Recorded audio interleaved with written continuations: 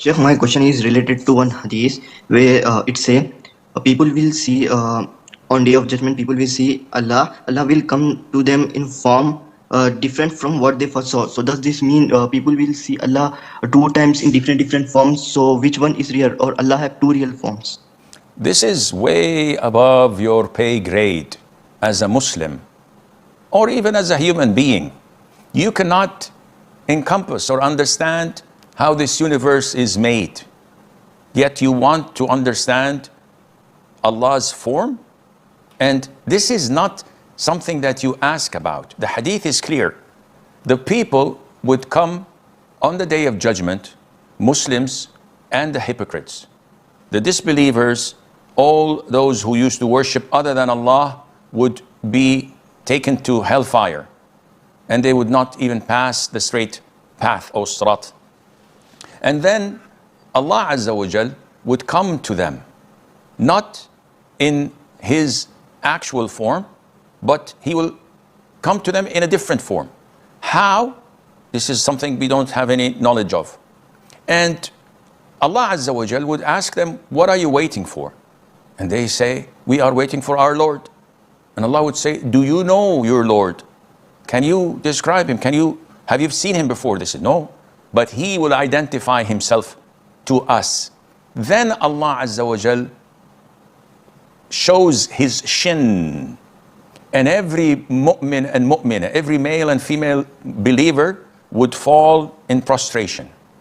The hypocrites will try to prostrate, but they won't be enabled to do so, and their back would turn into straight log or something like that. They won't be able to bend it, and they will be taken to hellfire.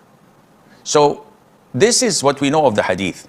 The actual way or time where people would see Allah Azza wa Jal truly is when they're admitted to Jannah.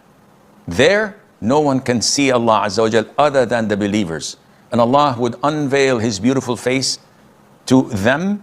And this is the extra which Allah has promised, لِلَّذِينَ أَحْسَنُوا الْحُسْنَى وَزِيَادَةً. This is the extra. To those who had done well, they will get well, or get something that is good and extra. This is the extra which they will enjoy watching and looking at Allah's beautiful face. And there is no heavenly reward more beautiful than this. Now, if someone says, I'd like to include my parents in the Udhiyah, so I'm slaughtering 2 more rams for my father and mother who are deceased. We say that this is not from the Sunnah. Include them in your own sacrifice with your family. So 1 sheep does it, or 1 goat does it. He says, no, but I have a lot of money, I'd like to do this. The sky's the limit. Go ahead, no problem.